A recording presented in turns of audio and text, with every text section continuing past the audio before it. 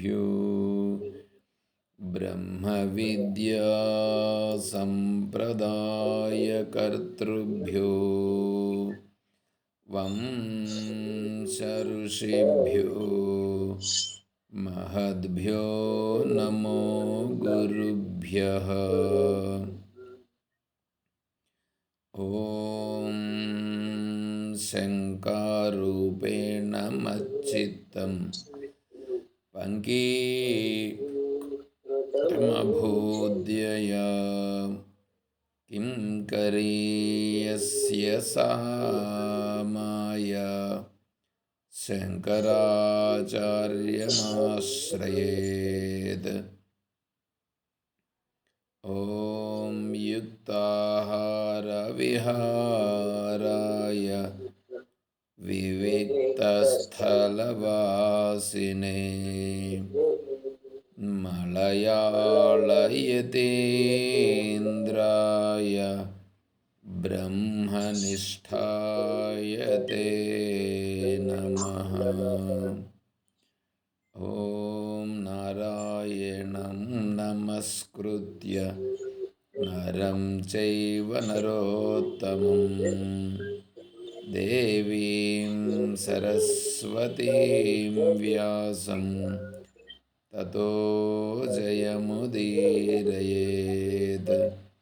ॐ सहना भवतु सहनौ भुनक्तु सह वीर्यं करवावहै तेजस्विनावधीतमस्तु मा विद्विषावहै।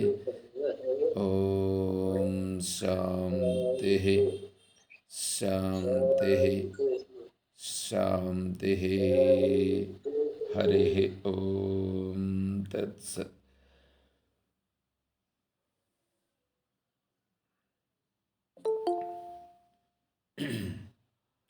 పూజ్య గురుదేవులు తత్వవిధానంద స్వాముల వారి యొక్క దివ్య చరణారవిందములకు ప్రణమిల్లుతూ పరిపూర్ణ పరబ్రహ్మస్వరూపులకు ప్రియాత్మ బంధువులారా, ఓం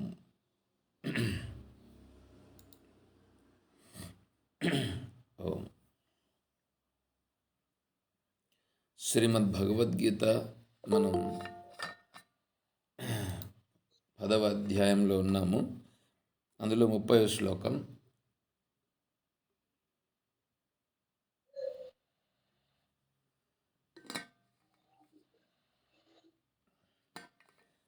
ప్రహ్లాదశ్చాస్మి దైత్యానాం కాలః కలయతామహం మృగాణాం చ మృగేంద్రోహం వైనతేయశ్చ పక్షిణాం.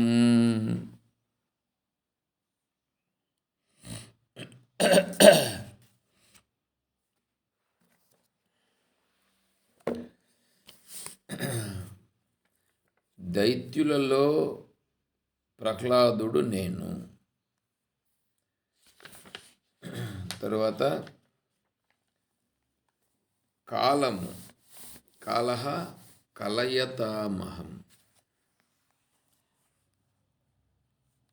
కాలమును గణించుట, లెక్కలు గట్టుట. దీంట్లో కాలస్వరూపుడును నేను అంటున్నాడు భగవంతుడు.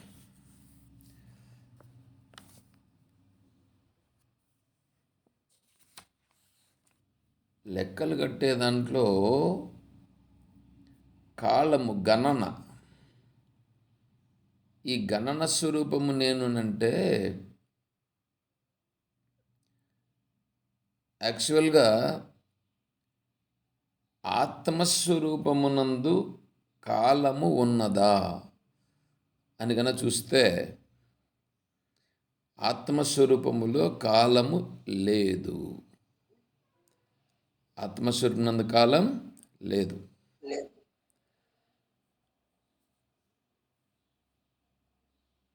మీరు నిద్రలో, గాఢ నిద్రలో కాలం లేదు. గాఢ నిద్రలో కాలం లేదు అని అంటే బయట కాలం ఉంది కదా అని అంటే, బయట కాలం ఉంటే అది ఎవరికి ఉంది? ఎవరు గుర్తిస్తున్నారో వాళ్ళకుంది. గుర్తించాలంటే మనస్సు ఉండాలి. మనస్సు ఎవడికుందో వాడికి కాలం ఉంది. నిద్రలో, గాఢ నిద్రలో మనస్సు లేదు, కాబట్టి కాలము కూడా లేదు. తర్వాత ధ్యానము. ధ్యానమునందు మనస్సు లయిస్తుంది. ధ్యానమునందు మనస్సు లయించినప్పుడు అప్పుడు కూడా కాలము లేదు. తర్వాత జ్ఞానము, ఆత్మజ్ఞానము. ఆత్మజ్ఞానము కలిగిన వారి దృష్టిలో నీకు ఏదైతే తెలియబడుచున్నదో ఆ తెలియబడుచున్నదంతా కూడా ఆరోపణ చేయబడినది. ఆరోపణ చేయబడినటువంటిది సత్యము కాదు. కాబట్టి జ్ఞానుల దృష్టిలో అన్నీ తెలియబడుతూ ఉన్నప్పటికీ అవి వాస్తవంగా సత్యం కాదు. వాస్తవంగా సత్యం కాదు, అవి విపర్యయముగా తెలియబడుచున్నవి. విపర్యయము అంటే త్రాటియందు పాము కనిపించినట్లుగా, అంటే అది లేకనే ఉన్నట్లుగా కనిపించుట. యాక్చువల్గా లేదు, లేకపోయినా మనకు కనిపిస్తుంది. ఎండమావుల యందు నీళ్లు కనిపించినట్లు, రజ్జు సర్పము తాడు యందు పాము కనిపించినట్లు, దుంగయందు దొంగలాగా కనిపించినట్లు, తర్వాత సుక్తియందు రజతము కనిపించినట్లు, నిజముగా అవి లేవు, లేకపోయినా మనకు ఉన్నట్లుగా కనిపిస్తుంది. అదేవిధంగా ఆత్మజ్ఞాని దృష్టిలో ఇవన్నీ కనిపిస్తూ ఉన్నా కూడా నిజంగా వాస్తవముగా లేనివే. లేవు, లేకపోయినా కనిపిస్తున్నాయి. ఇది ఆత్మజ్ఞాని దృష్టిలో. కాబట్టి కాలం అనేటువంటిది ఉన్నదానంటే కాలం ఉందా అంటే ఉంది, లేదా అంటే లేదు. ఇక్కడ మరి విభూతి యోగంలో మరి కాలమును గురించి ఎందుకు చెప్తున్నట్లు అంటే, ఇతను ఆత్మజ్ఞానమునకు అర్హుడు కావాలి. ఆత్మజ్ఞానమును గ్రహించడానికి మనస్సు పరిపక్వతను చెందాలి. మనస్సు పరిపక్వత చెందాలంటే ముందు ఈశ్వరుని గురించి తెలుసుకోవాలి. ఈశ్వరుని యొక్క వైభవము ఇతనికి తెలియాలి. అంటే ఏంటంటే ఆత్మ యొక్క స్వరూపము చేతనే ఈ సకలము నడపబడుచున్నది.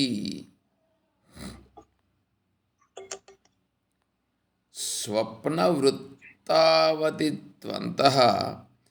చేతసా కల్పితం త్వసత్ బహిశ్చేతో గృహీతం సత్ దృష్టం వైతథ్యమేవ చ. జాగ్రద్వృత్తావపి త్వంత్వః చేతసా కల్పితం త్వసత్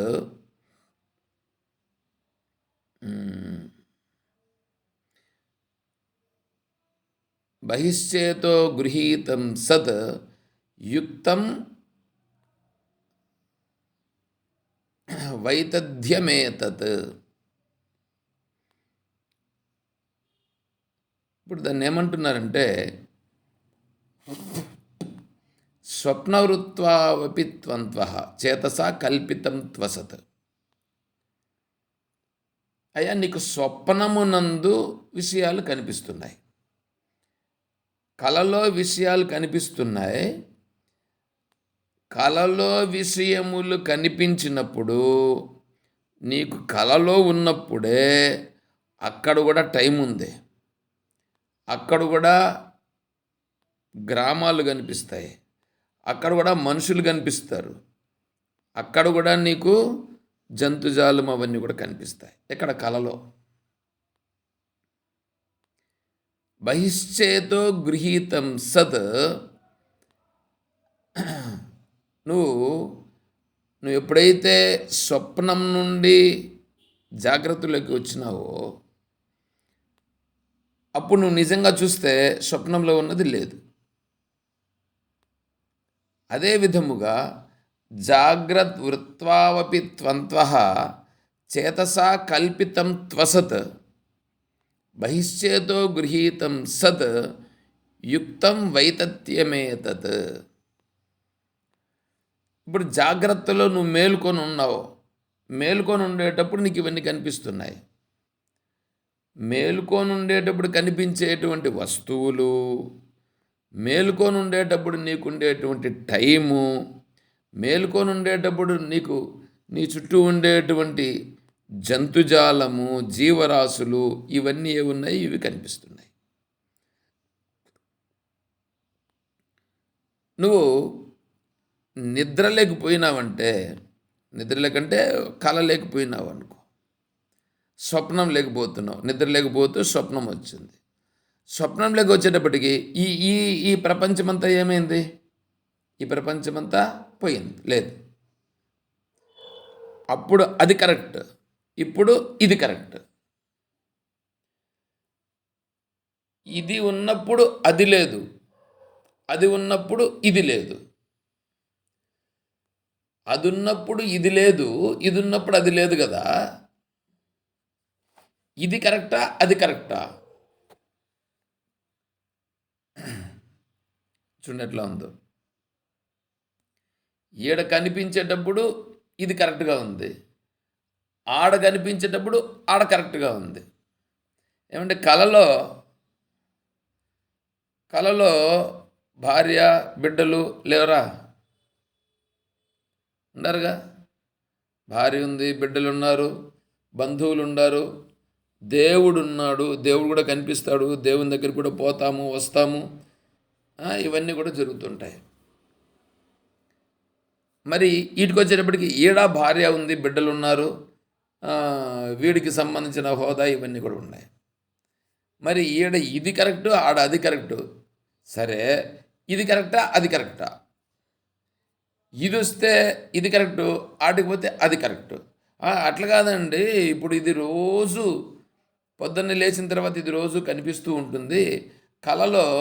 కలలేకపోయినప్పుడు అదేదో కనిపించింది, మళ్ళీ అది లేదు, కాబట్టి అది సత్యం కాదు, ఇది సత్యం అని మనం అనుకుంటాం.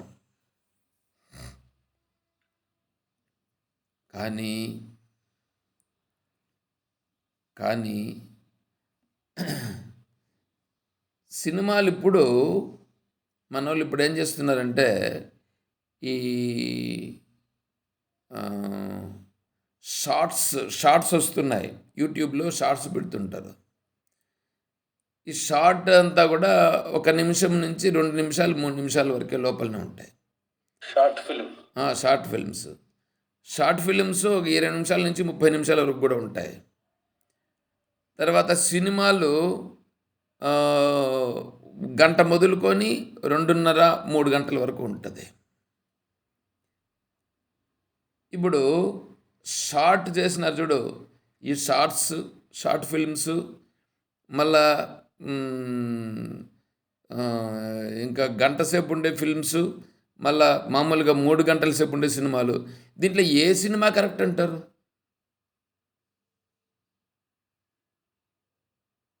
అన్ని కరెక్ట్ స్వామి, దాని టైం బట్టి తీసినారు.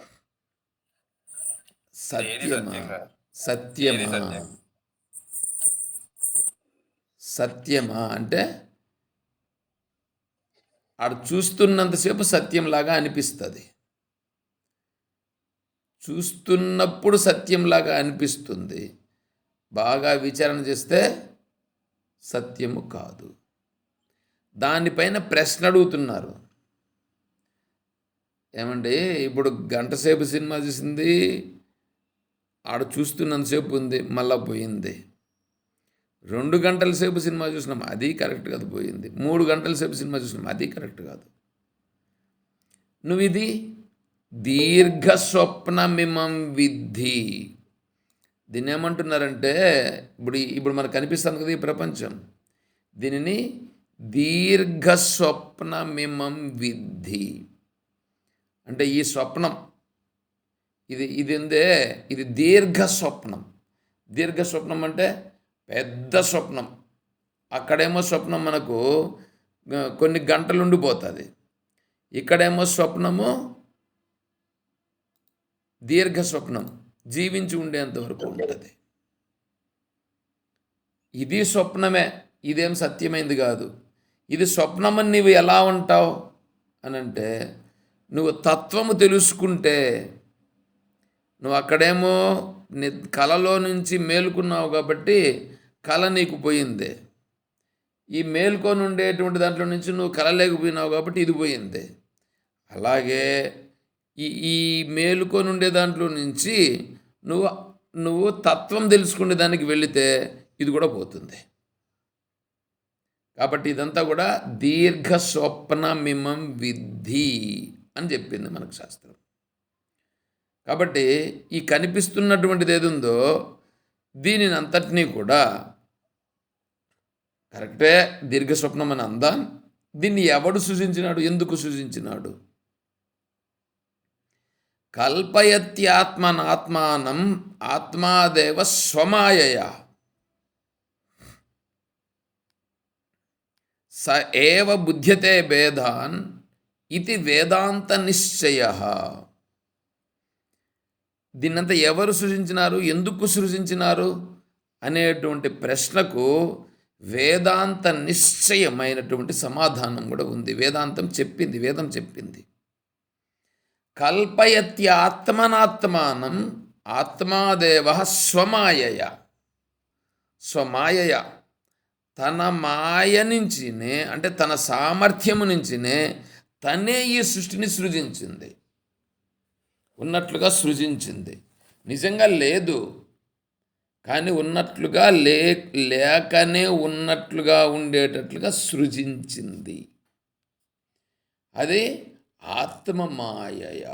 ఆత్మమాయ నుంచి జరిగింది. మాయ అంటే అది లేకపోయినా ఉన్నట్లుగా తెలియబడుట, దానిని మాయ అని అంటారు. కాబట్టి విచారణ చేసి తెలుసుకో, అది వైతథ్యం. అంటే తథ్యము, యథాతథము అనే దానికి విరోధము వైతథ్యం. ఉన్నది ఉన్నట్లుగా చెప్తే దాన్ని యథాతథం అని అంటారు. ఉన్నదాన్ని ఉన్నట్లుగా కాకుండా దానికి వ్యతిరేకంగా అక్కడ కనిపిస్తే దాన్ని వైతథ్యం అని అంటారు. కాబట్టి ఈ సకల సృష్టి అంతా కూడా వైతథ్యం. ఆత్మ మాయ చేత అది ఏర్పడింది. నువ్వు దాన్ని తెలుసుకుంటే అదంతా కూడా లేనిదవుతుంది. అది నువ్వు తెలుసుకోవాలి. కాబట్టి ముందు ఈ భగవంతుని ఆత్మ సామర్థ్యమును ముందు నువ్వు తెలుసుకో. ఆత్మ సామర్థ్యాన్ని తెలుసుకుంటే ఏమవుతుందంటే, ఈ బాహ్య ప్రపంచంలో ఉండేటువంటి వీటన్నింటిపైకి నీ మనస్సు వెళ్ళిపోతూ ఉంటుంది, ఆ ఆకర్షణలకు లోబడుతూ ఉంటుంది. ఆ ఆకర్షణకు లోబడి దేని వైపైనా సరే నీ మనస్సు లాగివేయబడుతూ ఉంటుంది. అలా లాగివేయబడుతూ ఉన్నటువంటి మనస్సు ఇది ఆత్మ మాయ చేత ఏర్పడింది అని నువ్వు బాగా స్పష్టంగా తెలుసుకున్నప్పుడు, ఓహో ప్రతి ఒక్కటి కూడా ఆత్మ మాయ చేతనే ఉన్నది ఇదంతా అని నువ్వు గుర్తించాలి. తెలుసుకోవడమే కాదు, తెలుసుకున్న తర్వాత దాన్ని గుర్తించి కరెక్ట్, ఇది ఆత్మ మాయ చేతనే ఇలా ఉన్నది, కరెక్టే, ఆత్మ సామర్థ్యం అనేది చాలా స్పష్టముగా ఇక్కడ ఇలాగే ఉన్నది. కాబట్టి నీకు ఏదైతే తెలియబడుచున్నదో ఆ తెలియబడుచున్నటువంటిది పైన కనిపిస్తున్నటువంటిది అంతా కూడా ఆత్మ మాయ చేత ఉన్నటువంటిదే. కానీ నేనేమనుకుంటున్నాను, నేను ఇదేదో పెద్ద గొప్పదనుకుంటున్నాను, దీనికి ప్రాధాన్యం ఇచ్చి దీని వైపు నేను వెళ్తున్నాను. నేను దీని వైపు వెళుతూ ఇది గొప్పదని అనుకుంటూ నేను దీని వైపు పోతున్నానే, ఇది ఈ భావన ఏమవుతుందంటే ఆత్మతత్వమును తెలుసుకుంటూ వస్తే, ఆ ఆత్మతత్వము ఎంత బాగా స్పష్టంగా తెలుస్తూ వస్తే అప్పుడు ఈ విషయములపైన ఉండేటువంటి భావన అంత అంత తగ్గుతూ వస్తుంది. ఆత్మతత్వము తెలిస్తే, ఆత్మతత్వము ఎంత తెలిస్తే ఆ విషయాలపైన ఆకర్షణ, విషయాలకు లోబడుట, ఆ విషయములతో పెట్టుకునేటువంటి సంబంధం ఇదంతా ఏమవుతుందంటే, నీకు ఎంత తత్వము తెలిస్తే అంత బాగా విషయాలతో ఇరుక్కుపోవడము, లేకపోతే విషయాలకు ఆకర్షింపబడ్డము, ఆ విషయాల్లో మునిగిపోవడము అనేది తగ్గుతూ తగ్గుతూ తగ్గుతూ వస్తుంది. అంతేగాని విషయాలు నాకు వద్దు, విషయాలతో నేను దూరంగా ఉంటాను అని నువ్వు అనుకుని విషయాలను దూరం పెడితే నువ్వు నిజంగా విషయాలకు దూరముగా ఉండలేవు. ఒకవేళ ఉండినట్లుగా నటన జరుగుతూ ఉంటుంది కానీ యథార్థముగా ఉండుట జరగదు. యథార్థంగా నువ్వు ఉండాలనంటే ఆత్మతత్వము తెలుసుకుంటే సహజముగా నువ్వు ఉండగలుగుతావు. అందుకని భగవంతుడు ఏం చేస్తున్నాడంటే, నీకు ఏవేవైతే కనిపిస్తున్నాయో, ఏవేవైతే తెలుస్తున్నాయో ఇవంతా కూడా నా సామర్థ్యము చేత ఉన్నవి అని చెప్తున్నాడు భగవంతుడు. నిజంగా అవి లేవు, అవి లేకపోయినా మనం ఉండాయవి అని మనం వాటికి ఆకర్షితులం అవుతున్నాం. అలా ఆకర్షితులం అవుతున్నాం కాబట్టి దాంట్లో గొప్ప గొప్పగా ఏదైతే పెద్ద పెద్దగా ఉండదని మనమే భావిస్తామో అట్లా గొప్పగా ఉండేటువంటి వాటిని అన్నింటినీ చూపిస్తూ భగవంతుడు చెప్తున్నాడు. భగవంతుడు అంటే ఆత్మస్వరూపం, తత్వమే. ఆ తత్వానికి ఈశ్వరుడు అని పేరు.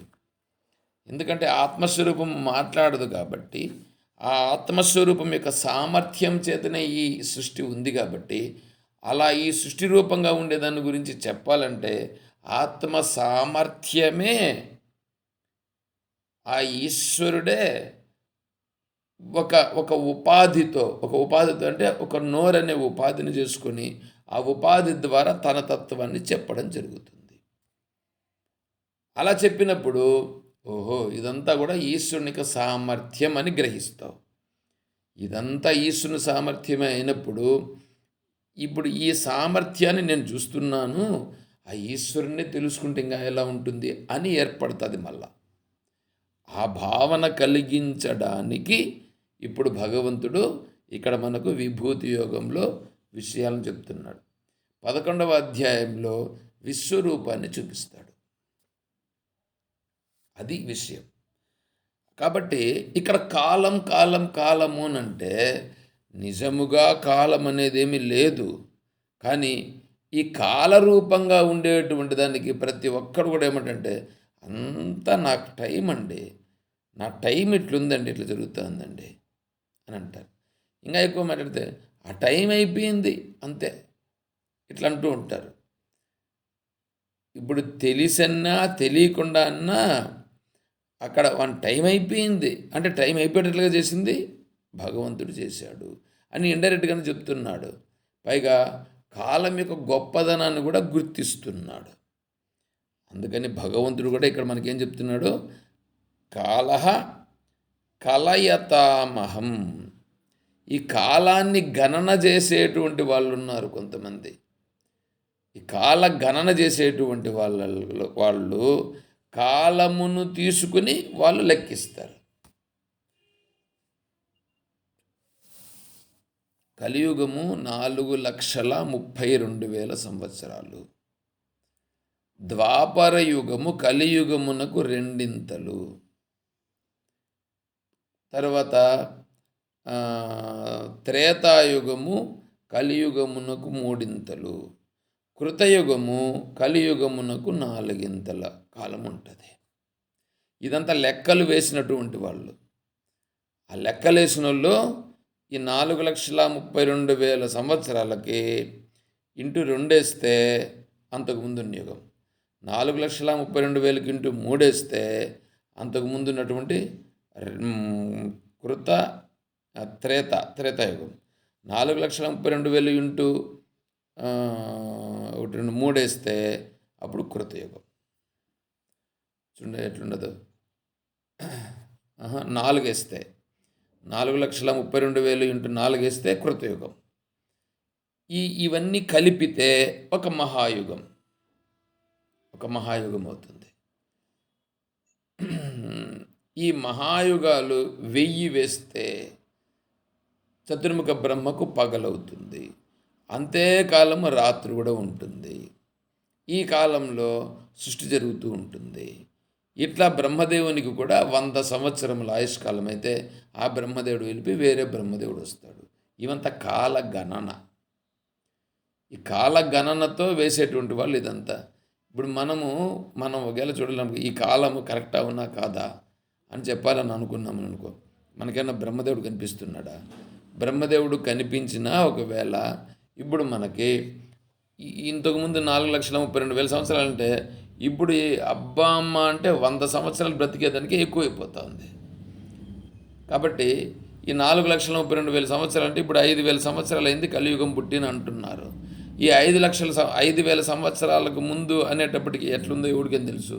100 సంవత్సరాలకు ముందు ఉండేదే కరెక్ట్గా మనకు తెలియట్లేదు. 100 సంవత్సరాలకు ముందు ఉండేది తెలియాలంటే కూడా ఇప్పుడు పెద్దోళ్ళు ఎవరన్నా 100 సంవత్సరాలు ఇప్పటికి బ్రతికుండేవాడు ఉంటే వాడు సక్రంగా ఏమైనా చెప్పగలిగితే అప్పుడు మనకు అది కూడా ఓహో అట్లుండిందంట అని అనిపిస్తుంది. అంతేగాని ఏం తెలుస్తుంది? కాబట్టి కాలగణన అనేటువంటిది వాళ్ళు లెక్కేశారు ఇట్లాగా. మనకు కావాల్సింది ఈ కాలమును ఇట్లా లెక్కేసినారు వాళ్ళు అని మనం గుర్తిస్తే చాలంతే. అట్లా గుర్తించి ఈ కాలము కూడా భగవంతుని స్వరూపమే అని గుర్తిస్తే చాలు. అంతవరకు అటుగా అయిపోతుంది.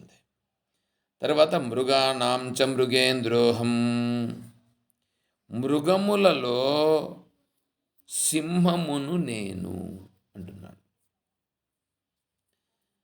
అడవుల్లో ఉండేటువంటి జంతువుల్లో ఈ మృగం సింహం అనేటువంటిది పులి కంటే కూడా గొప్పది సింహం. ఈ సింహము నేను అని అంటున్నాడు భగవంతుడు. సింహం ఏమంటే అది రాజు కదా, అడవికి అంతా రాజు. అడవికి రాజు కాబట్టి నేను సింహం నేను అట్లా చెప్పట్లే భగవంతుడు. ఒక అర్థం ఏంటంటే ఈ అడవులలో ఉండేటువంటి ఈ జంతువులన్నింటికీ గొప్పది కాబట్టి ఆ గొప్పగా ఉండేటువంటి స్వరూపము నేనే అని చెప్పినట్టు ఒక అర్థం. ఇంకొక అర్థం ఏంటంటే సింహము లేచింది అని అనుకోండి, పడుకొని ఉంటుంది, లేస్తుంది. సింహం పడుకొని నుండి లేచిన తర్వాత ఆహారం కోసం మాత్రమే బయటకు పోతుంది, ఆకలి అయినప్పుడు మాత్రమే.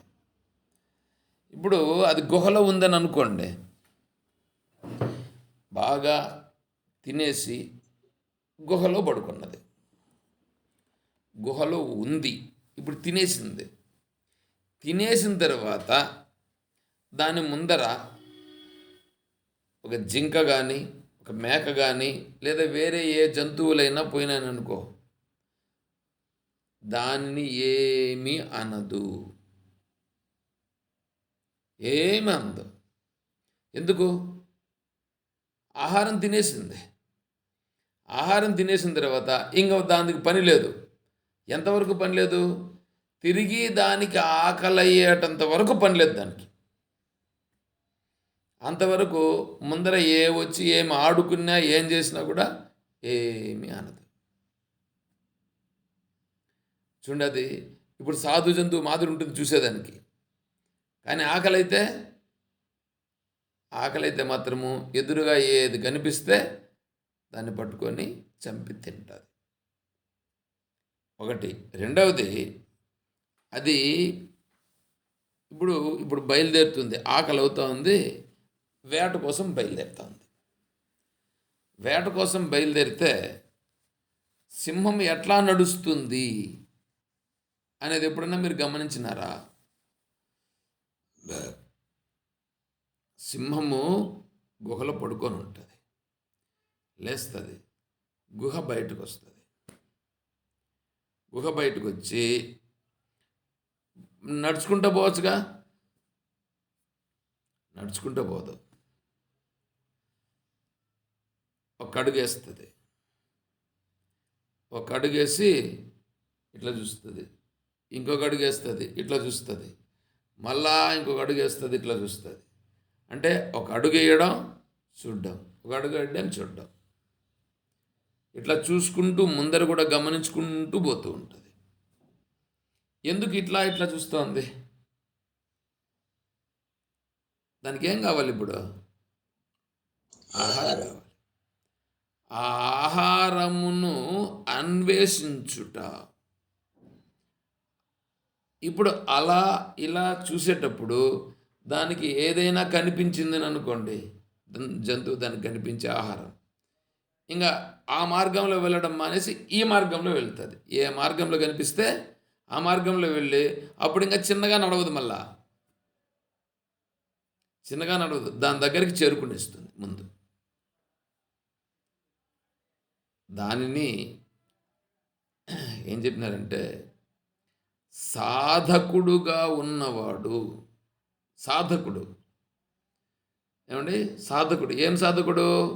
ఆత్మతత్వాన్ని తెలుసుకోవాలనుకునేటువంటి సాధకుడు ఉన్నాడే, ఆ సాధకుడు ఇప్పుడు ఈ సింహము ఒక అడుగేసి ఇట్లా, ఇంకొక అడుగేసి ఇట్లా చూస్తూ ఉందిగా, ఇట్లా ఇట్లా చూచినట్లుగా ఈ శాస్త్ర అధ్యయనము చేస్తూ సాధకుడుగా ఉండేటువంటి వాడు కూడా ఏం చేయాలంటే ఒక విషయాన్ని తెలుసుకోవాలి. శాస్త్రాన్నో అధ్యయనమో ఏదో ఒకటి చేసిన తర్వాత ఒక విషయాన్ని తెలుసుకోవాలి. తెలుసుకొని ఆ విషయాన్ని బాగా విచారణ చేసి ఆ విషయాన్ని తన అనుభవంలోకి తెచ్చుకుంటూ ప్రపంచానికి తనకు అన్వయం చేసుకుంటూ శాస్త్రానికి అన్వయం చేసి ఇప్పుడు శాస్త్రంలో ఉండే విషయము, నాకు అర్థమైన విషయము, ఈ ప్రపంచంలో జరుగుతూ ఉండేటువంటి విషయము మూడు ఒకటే, ఆత్మస్వరూపం సత్యం అని గుర్తు తెచ్చుకొని ఆ విషయం తర్వాత ఇంకొక విషయానికి వెళ్ళాలి. అంటే శాస్త్రాన్ని శ్రవణం చేసిన తర్వాత గమనం విడిచిపెట్టేయకూడదు. అక్కడ వరకు విడిచిపెట్టేస్తే ఏమవుతుంది? అది శ్రవణం చేసి గమనం ఉండిపోతే ఏమంటే, శ్రవణం చేసినప్పుడు చెవుల్లోకి వస్తుంది, మళ్ళీ అదే ఇంకో చెవులు వెళ్ళిపోతుంది. అట్లా ఈ పక్క ఈ చెవులు వచ్చి ఆ చెవులు పోయినట్లుగా అవుతుంది. అట్లా కాకుండా శ్రవణం చేసి మళ్ళా దానిని గురించి మననం చేయడం, మళ్ళా కొంచెం కూర్చొని ఓహో ఏం జరిగింది క్లాసు, ఎందుకు ఇలాగే చెప్పాడు క్లాసు, ఏం దీనికంటే ఇంకో రకంగా చెప్పిండొచ్చు కదా, ఇంకో రకంగా చెప్పకుండా ఈ రకంగా చెప్పినాడంటే దీంట్లో ఏమై అర్థం ఉంటుంది, ఓహో ఇందుకే చెప్పాలనా ఇట్లాగా, ఓహో ఇట్లాగే చెప్పాలనా, లేదు ఇంకో రకంగా చెప్పచ్చు, అన్నీ ఆలోచన చేయాలి. అలా ఆలోచన చేసి ఆ విషయాన్ని దృఢము చేసుకోవాలి. అలా దృఢము చేసుకోవడం అనేది ఉందే, అది పరికించుట అంటారు.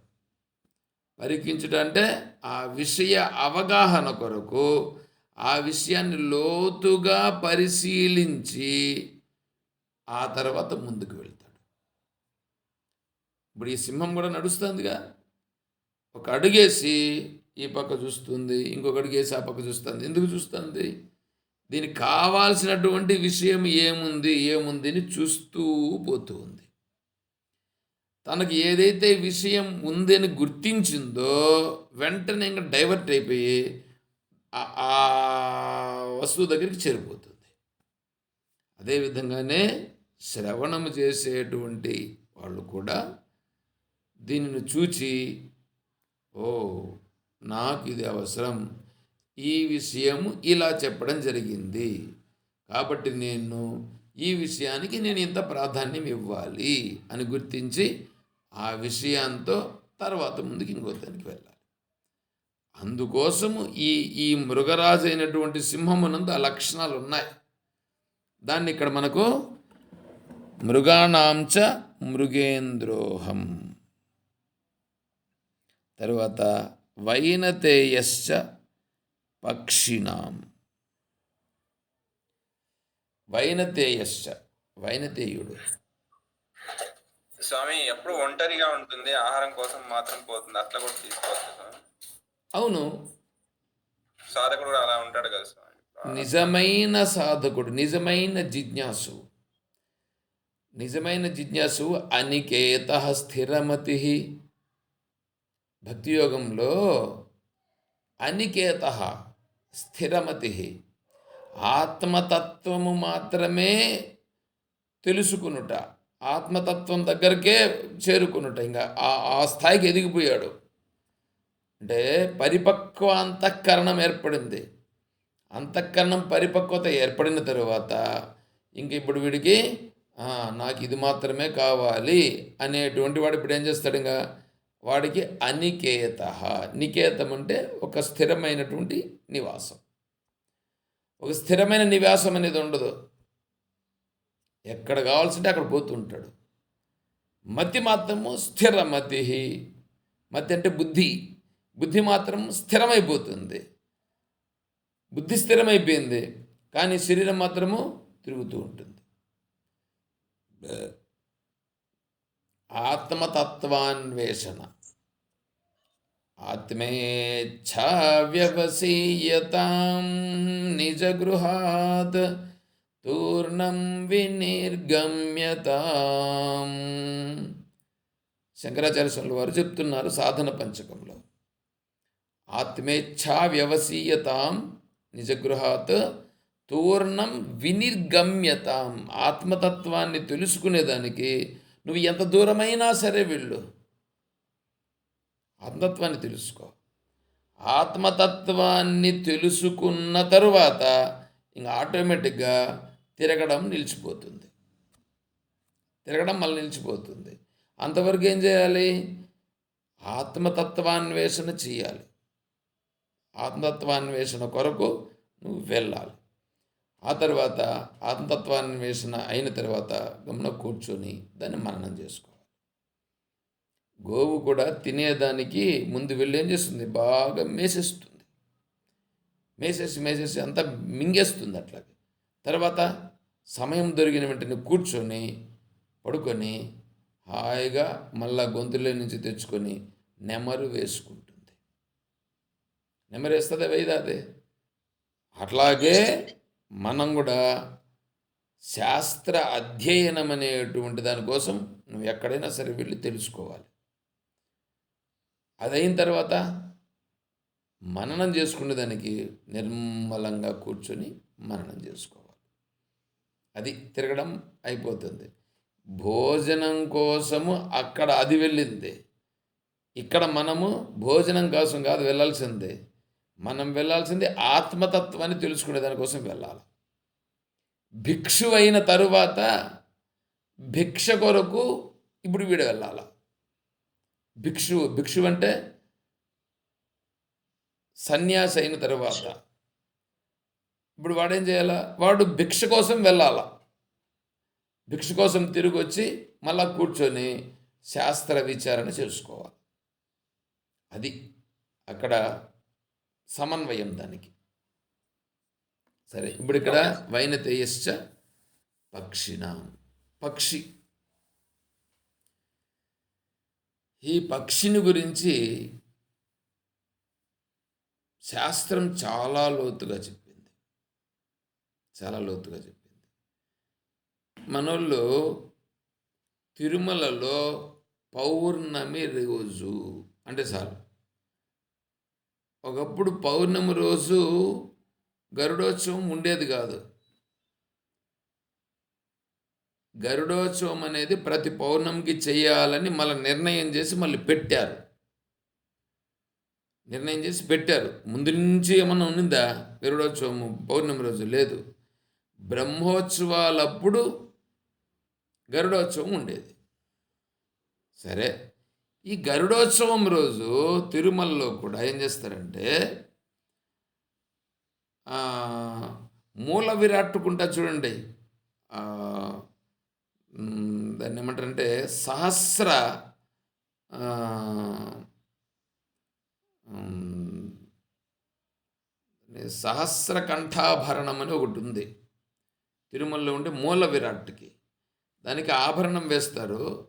అంటే ఏమి, 1008 పూసలు మనకు ఉన్నట్లుగా వెంకటేశ్వర స్వామి కూడా 1008 ఆ, బంగారంతో చేసినటువంటి చిన్న చిన్న ఇవి ఒక రౌండ్ రౌండ్లుగా చేసి ఉంటారు.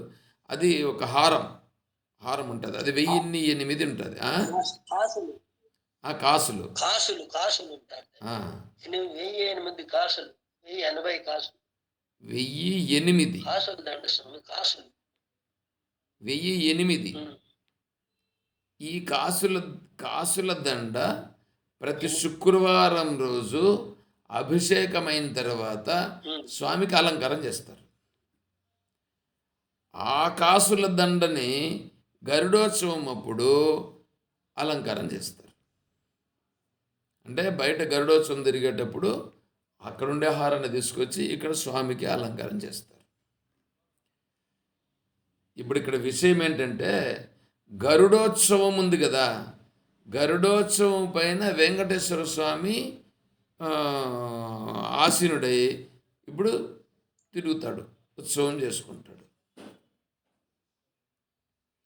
ఏమంటే గరుడుని పైనే తిరిగే ఉత్సవానికి ప్రాధాన్యం ఉంది. ఎందుకు గరుడుని పైన తిరిగే ఉత్సవానికి ప్రాధాన్యం చూడండి ఎట్లా ఉందో. అంటే ఏముందండి, వెంకటేశ్వర స్వామి యొక్క వాహనము గరుడు, గరుత్మంతుడు కదా. గరుత్మంతుడు వెంకటేశ్వర స్వామి యొక్క వాహనం. అంటే శ్రీమన్నారాయణ యొక్క వాహనము గరుత్మంతుడు. అందువలన గరుత్మంతుని పైన ఊరేగింపు ఉత్సవాల్లో జరుగుతుంది అని అనుకొని మనం పోతాం అక్కడికి. అందరూ ఆ గరుడోత్సవం అని అంటే అక్కడెక్కడ ఆ ముందర ఉంటుంది. ఈ కార్లు వీటన్నింటి కూడా కనీసం బస్సులు కూడా బస్ స్టాండ్కి కూడా పంపారు. రూట్ అంతా డైవర్షన్ అయిపోయి ఉంటుంది. అంటే ఏమిటి, మనుషులు జనం అంత కిక్కిరిసిపోయి ఉంటారు. ఆ లోపల 4 మాడ వీధుల్లో అందరూ అక్కడ చేరిపోయి ఈ కార్లు పెట్టేదానికి కూడా అక్కడ ఉండేటువంటి ఇవన్నీ కూడా చాలకంత బయట వచ్చేస్తారు. అంత జనం ఉంటారు. ఎందుకు గరుడోత్సవానికి అంత విలువ? ఎందుకంటే ఇక్కడ గరుడు వచ్చింది కదా, వైనతేయస్య పక్షినామని వచ్చింది కదా. కాబట్టి మనం తెలుసుకోవాలి, గరుడునికి 2 రెక్కలు ఉంటాయి. అన్ని పక్షులకు రెక్కలు ఉంటాయి, గరుడునికి కూడా 2 రెక్కలు ఉంటాయి. ఈ కుడి పక్క రెక్క ఒకటి, ఎడం పక్క రెక్క ఒకటి. ఈ 2 రెక్కలను ఇట్లా ఇదిలిస్తే ఎంత ఎంత ఎత్తుకు పోతుందండి గరుడు? బ్రహ్మాండంగా పోతుంది. తర్వాత ఆ 2 రెక్కల్ని ఇలా పెట్టేసి తను ఇట్లా వెళ్తుంటుంది. చాలా సింపుల్గా వెళ్తుంటుందా ఉండదా? చాలా సింపుల్గా వెళ్తుంటుంది. ఎంత ఆనందంగా ఉంటుంది అది, ఆనందంగా ఉంటుంది. గరుత్మంతుడు అంటే వేదమే గరుత్మంతుడు. ఇక్కడ చెప్తున్నారు, అక్కడ పోలిక. వేదమును గరుత్మంతునితో పోలుస్తారు. ఆ వేదములో కర్మకాండ, జ్ఞానకాండ, ఉపాసనాకాండ 3 ఉంటాయి. కర్మ, ఉపాసన, జ్ఞానం 3 ఉంటాయి. ఈ కర్మ, ఉపాసన అనేటువంటివి 2 ఉన్నాయే. ఈ కర్మయోగం అనేది ఒక రెక్క, ఉపాసన అనేటువంటిది ఇంకొక రెక్క. అంటే కర్మోపాసన ఒక రెక్క అయితే ఉపాసన రూపమైనది ఇంకొక రెక్క.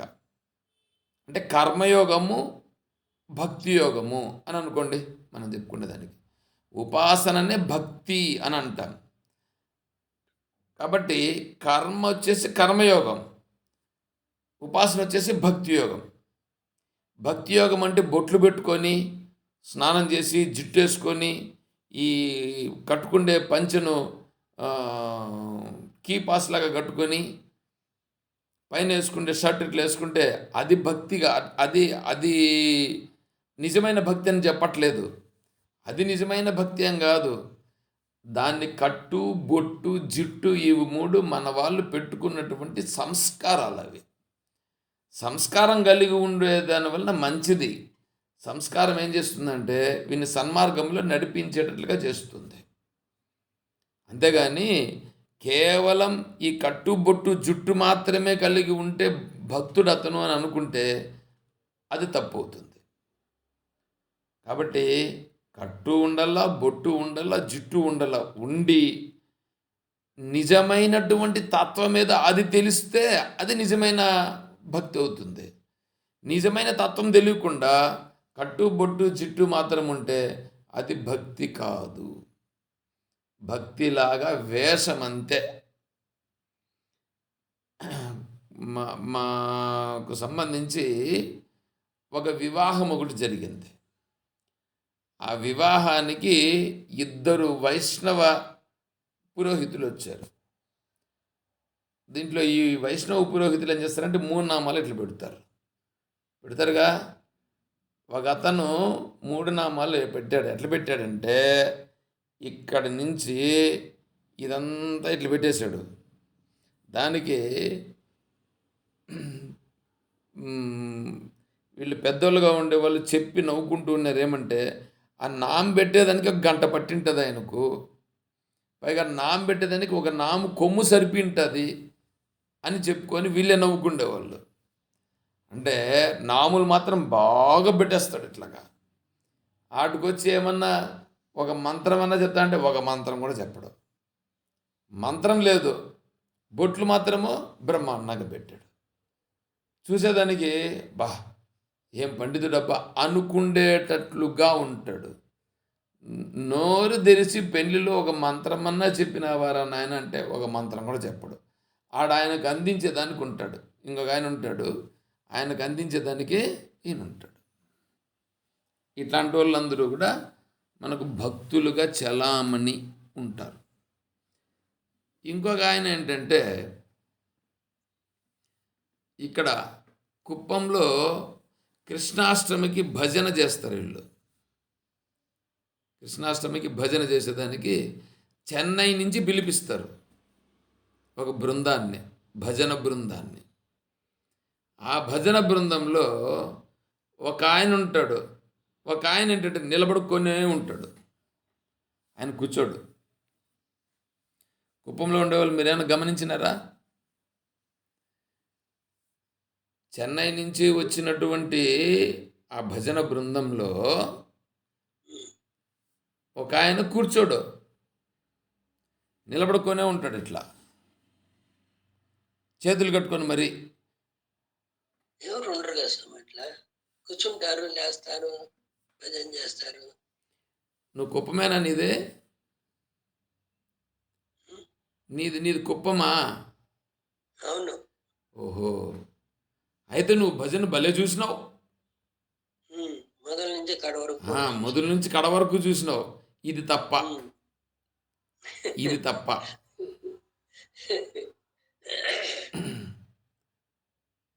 ఈసారి వచ్చినప్పుడు కావాల్సింటే చూడు, సరే నీకు కనిపిస్తుంది.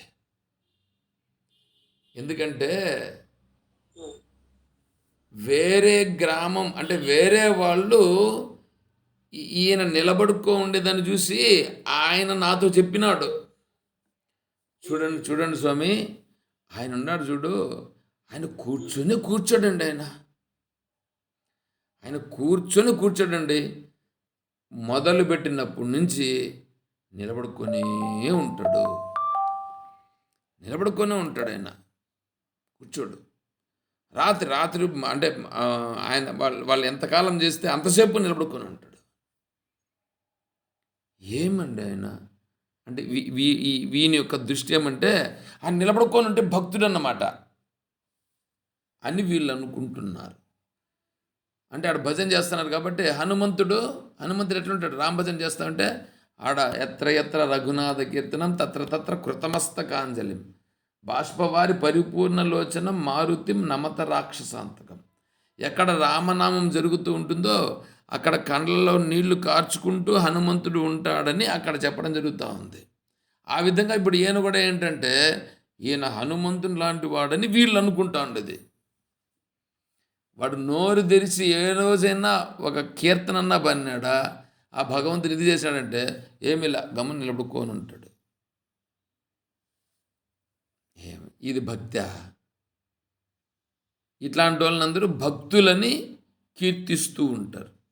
ఇవంతా వాళ్ళను వీళ్ళు అనుకునే వాళ్ళు, వీళ్ళు ఒక మూర్ఖులు, వాడొక మూర్ఖుడు. ఎందుకంటే నిలబడుకోని ఉండేది ఎందుకు? నిలబడుకొని ఉండమని ఎవరు చెప్పింది? ఎక్కడ చెప్పింది? ఏమన్నా భగవద్గీతలు ఎక్కడ చెప్పిందా? చెప్పండి. ఇట్లాంటి వెధవలందరూ ఉంటారు. వాళ్ళకి తెలియదు, చెప్పితే వినరు. కాబట్టి మనం ఏం చేయాలా? సైలెంట్గా ఉండాలి. మనకు అవసరం లేదు, కానీ ఈడ సందర్భం వచ్చింది కాబట్టి నేను చెప్తున్నా. సరే, ఎందుకు? కర్మయోగము ఒక రెక్క, భక్తి యోగము ఇంకొక రెక్క, జ్ఞానము పుచ్చం. జ్ఞానం అనేటువంటిది వెనకాల ఉండే తోక చిన్నగా ఉంటుంది, రెక్కలు పెద్దగా ఉంటాయి. ఈ రెండు రెక్కల చేతనే ఇష్టం వచ్చినట్టు పైకి పోతుంది, ఎక్కడికైనా సరే వెళుతుంది. అదేవిధంగానే లోక వ్యవహారాలు ఏవైతే ఉన్నాయో ఈ లోక వ్యవహారాలన్నీ జరిగేదానికి శాస్త్రము కర్మయోగము ఉపాసనాయోగము అంటే భక్తి యోగము రెండింటినీ చెప్పింది. కర్మయోగం చేస్తూ ప్రపంచంలో ఎలా ఉండాలా, ఈ ఉపాసనాయోగం చేస్తూ భగవంతుని నుంచి మనం ఏ విధంగా పొందాల్సినవి పొందాలా, ఆ రెండింటినీ తెలుసుకుంటూ శరీరము జీవన పోషణ చేసుకుని గడుపుతూ జ్ఞానతత్వమును తెలుసుకోవాలి అని చెప్పింది. దానికి ప్రతీక గరుడాళ్వార్, దానికి ప్రతీక గరుత్మంతుడు. ఏమంటే వేదమును ప్రతీకగా చేసి వేదమే గరుత్మంతుడైతే ఆ వేదమును గరుత్మంతుడిగా చేసుకొని వేదమునందు అధిరోహించి ఊరేగింపబడుతూ ఉన్నటువంటి వాడు అక్కడ శ్రీమన్నారాయణుడు. ఇప్పుడు చూడండి, అది అక్కడేమి, అది ప్రతీక. అది ప్రతీక అంటే ఏమి? ఇలా ఉన్నటువంటిది వేదం అనేటువంటిది ఒకటి ఉంది. వేదంలో కర్మయోగం ఉంది, ఉపాసన భక్తి యోగం ఉంది, జ్ఞానయోగం ఉంది. ఈ కర్మయోగము భక్తి యోగము జ్ఞానయోగము మూడింటిని అధిరోహించి ఏదైతే ఉన్నదో అది బ్రహ్మ. కర్మ భక్తి జ్ఞానం మూడింటిని అధిరోహించి ఉంది బ్రహ్మ. బ్రహ్మ అంటే ఆత్మస్వరూపం. ఆ ఆత్మస్వరూపం అనేటువంటిది చూడు విహరిస్తూ ఉన్నాడు అని అక్కడ చూపిస్తూ ఉన్నారు. మనోళ్ళకు కర్మయోగం అక్కర్లా, భక్తి యోగం అక్కర్లా, జ్ఞానయోగం అస్సలే అక్కర్లేదు. వీళ్ళకి కావాల్సింది ఏంటంటే గరుత్మంతునిలాగా ఒక బొమ్మ వేసేసి దానిపైన విష్ణువుని వేసేసి అక్కడ తిరుగుతూ ఉండేదాన్ని వేస్తే ఆ బ్రహ్మరథం పట్టేసి ఊరేగిచ్చేస్తారు. దాంట్లో ఉండే సింబల్ని బట్టి ఉండే తత్వాన్ని తెలుసుకోవాలి కదా. మనం ఉండే తత్వాన్ని తెలుసుకోవయ్యా అని చెప్పి అక్కడ పెడితే తత్వం అనేటువంటిది వారగా పెట్టేసి దీనికి ప్రాధాన్యం ఇచ్చి దీన్ని తెలుసుకుంటూ దానికోసం ఎక్కడి నుంచినో గరుడోత్సవం అంటే వచ్చి డబ్బులు ఖర్చు పెట్టుకొని ఆడ చూసి, ఇప్పుడు చూడండి అక్కడ కుంభమేళాలో పడి కొంతమంది తొక్కేసి కొంతమంది చనిపోని కూడా చనిపోయినారు. అట్లా ప్రాణాలైనా పోగొట్టుకుంటారే కానీ వీళ్ళ భావాలను మాత్రం వదులుకోరు. చూడండి ఎట్లా ఉందో. కాబట్టి ఇక్కడ వైనతేయశ్చ పక్షిణాం, వైనతేయుడు వినతాదేవి పుత్రుడు వైనతేయుడు. పైగా ఆ కద్రుమ వినత అనేటువంటి వాళ్ళు ఇద్దరు. ఆ ఇద్దరిలో ఈ వినత అనేటువంటి ఆవిడ కద్రుమ దగ్గర దాసి అయిపోయి ఉంటుంది. ఆ దాసి అయిపోయినటువంటి ఆమెను విడిపించుట అంటే తల్లికి దాస్య విముక్తిని చేసినాడు. తల్లికి దాస్య విముక్తి చేసేదానికి అమృతము కోరింది ఆమె కద్రుమ. అందుకోసము వెళ్ళి దేవేంద్రునితో కూడా పోరాడి దేవేంద్రుని కూడా ఓడించి అక్కడి నుంచి అమృత భాండమును తీసుకొచ్చి వీళ్ళకిచ్చి తల్లి యొక్క దాస్యమును విడిపించినాడు. అంతటి గొప్ప పరాక్రమవంతుడు. ఇక్కడ తల్లికి సేవ చేసినవాడు. తర్వాత శ్రీమన్నారాయణుడే గరుత్మంతుడు నాకు వాహనంగా ఉండాలని కోరుకునేటట్లుగా ఉన్నటువంటి వాడు. ఇవి బయట మనకు కనిపించేటువంటి లక్షణాలు. నిజమైన లక్షణాలు ఏంటంటే నిజమైనటువంటివి కర్మ, భక్తి, జ్ఞానము. ఈ మూడింటి స్వరూపము కలిగినటువంటి వాడు గరుత్మంతుడు. అందుకని గరుత్మంతుడు నా స్వరూపమే అని భగవంతుడు అక్కడ చెప్పడం జరిగింది. ఏమంటే కొద్దిగా అర్థమైందా ఏమన్నా గరుత్మంతుని గురించి? అది నువ్వు ఇప్పుడు కర్మ, భక్తి, జ్ఞానం ఈ మూడింటి గురించి తెలుసుకున్నావు అనుకో, అప్పుడు గరుత్మంతుని దగ్గర నువ్వు ఉన్నట్లు లెక్క. గరుత్మంతుని దగ్గర నువ్వు ఉన్నట్లు లెక్క. అంతేగాని గరుడాల్వార్ అని ఒక పేరు పెట్టి వైకుంఠానికి పోతే ముందు గరుడాల్వార్ అనేటువంటి ఆయన ఉంటాడు, లాస్ట్లో ఉంటాడు ఆయన. నిత్యులు సూర్యులు అని కొంతమంది ఉంటారు అక్కడ. ఇట్లా ఏం లేదు, నిత్యులు లేదు, సూర్యులు లేదు, అది వాళ్ళు పెట్టుకునేటువంటి పేర్లు. దాంట్లో ఆయన పర్మిషన్ ఇస్తేనే మళ్ళీ వైకుంఠంలో ఉండేటువంటి సింహన్నారాయణ దర్శనం చేసుకునేదానికి పోవాలి. ఇవన్నీ ఎట్లున్నాయి తెలిసిన, పిఎంను కలవాలని పోతే ముందు పర్మిషన్ తీసుకోవాలి. ఆ పర్మిషన్ శాంక్షన్ కావాలా. ఆ శాంక్షన్ అయిన తర్వాత ఎంతమంది ఎన్ని టెస్టులు చేస్తారు, చెకప్లు చేస్తారు. ఎందుకు చెకప్లు చేస్తారండి? పిఎంను కలిసేదానికి పోవాలని పోతే మనం పిఎం అనేటువంటి ఆయన దేశ ప్రధాని. ఆ దేశ ప్రధానిగా ఉండేటువంటి అతనికి ఏమైనా వీడు హాని తలపెడతాడేమో అనే దృష్టితో వీడిని అనేక విధాల పరిశోధనలు చేసి వాడి నుంచి ఏమీ ముప్పు లేదని తెలుసుకున్న తర్వాత వాడిని లోపలికి పంపిస్తారు. అంతే కదా. శ్రీమన్నారాయణుడు జగత్ సృష్టికర్త అయినటువంటి ఆ మహానుభావుడు అలా ఉన్నప్పుడు, ఆ జగత్తునంతా పరిపాలించేటువంటి వాడైనప్పుడు ఆయనకు ఆయన జగత్తులో ఉండేటువంటి వాళ్ళని ఆయన దగ్గరికి పోవాలంటే కూడా వీళ్ళందరినీ చెకప్లు చేసి పంపిస్తారనమాట. అంటే అప్పుడు ఆయన చెకప్లు చేసి పంపిస్తానంటే ఆయనకు ఏమన్నా ముప్పు జరుగుతుందా వీని వలన? ఏమండి, మాట్లాడితే కొద్దిగానైనా ఉండాలి. ఇలా శ్రీమన్నారాయణుడే ఒకవేళ వీని నుంచి ముప్పు పొందేవాడైతే ఆయన దేవుడు ఎట్లవుతాడు? అట్లా పెట్టుకున్నారు వీళ్ళు కొన్ని సిద్ధాంతాల వాళ్ళు. దాన్నంతా విచారణ చేసి అది సింబాలిక్ అని మనం గుర్తించాలి. సింబల్గా చెప్పినటువంటివే కానీ అదే సత్యము కాదు. అదే సత్యము కాదు. శాస్త్రంలో వర్ణించడం ఎట్లా వర్ణించినాడు? రూపకమని అంటారు దాన్ని రూపకాలంకారం. రూపకాలంకారంతో మనకు కనిపిస్తున్నటువంటి వాటిని చెప్తూ ఆ ఉన్నతత్వాన్ని చెప్పడం అనేది జరుగుతుంది. అలా శాస్త్రంలో కవులు చెప్పారు. కవులంటే జ్ఞానము కలిగిన మహానుభావులు దాన్ని అక్కడక్కడ రూపకంగా కూడా చెప్తారు. అలా చెప్పిన సందర్భంలో ఇట్లా చూపిస్తూ చెప్తారు. అట్లా చెప్పినారు కానీ ఈ నామరూపాలు సత్యము అనేది కాదు. సరే, దాని అర్థం అది. తర్వాత వీటికి 30వ శ్లోకం పూర్తవుతుంది. తర్వాత 31వ శ్లోకం. పవన పవతామస్మి రామశస్త్రభృతామహం జశానామకరశ్చాస్మి శ్రోతసామస్మి జాహ్నవి. ఈ శ్లోకాన్ని రేపు మనం తెలుసుకునే ప్రయత్నం చేద్దాం. అంటే అర్థమవుతుంది కదా? ఎవరికైనా ఏమైనా ఇబ్బందిగా ఏమన్నా ఉందా? ఎవరికైనా ఇబ్బంది ఉంటే చెప్పండి. బాగా అర్థమవుతుంది సార్. ఓకే. ఏం విజయమ్మ గారు ఎప్పుడో వెళ్ళిపోయినట్లున్నారే. సరే,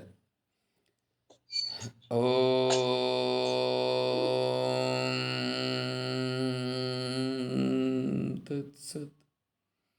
ఓం అసతో మా సద్గమయ, ఓం తమసో మా జ్యోతిర్గమయ, ఓం మృత్యోర్మ అమృతం గమయ, ఓం శాంతి శాంతి శాంతి. హరి ఓం తత్సత్.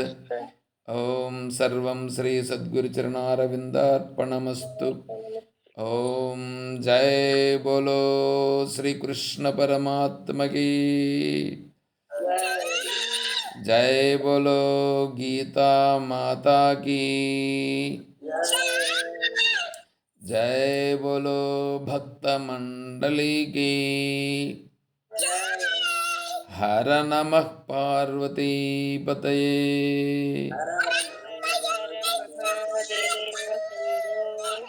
జై సీతారాం. హరి ఓం తత్సత్. ఓం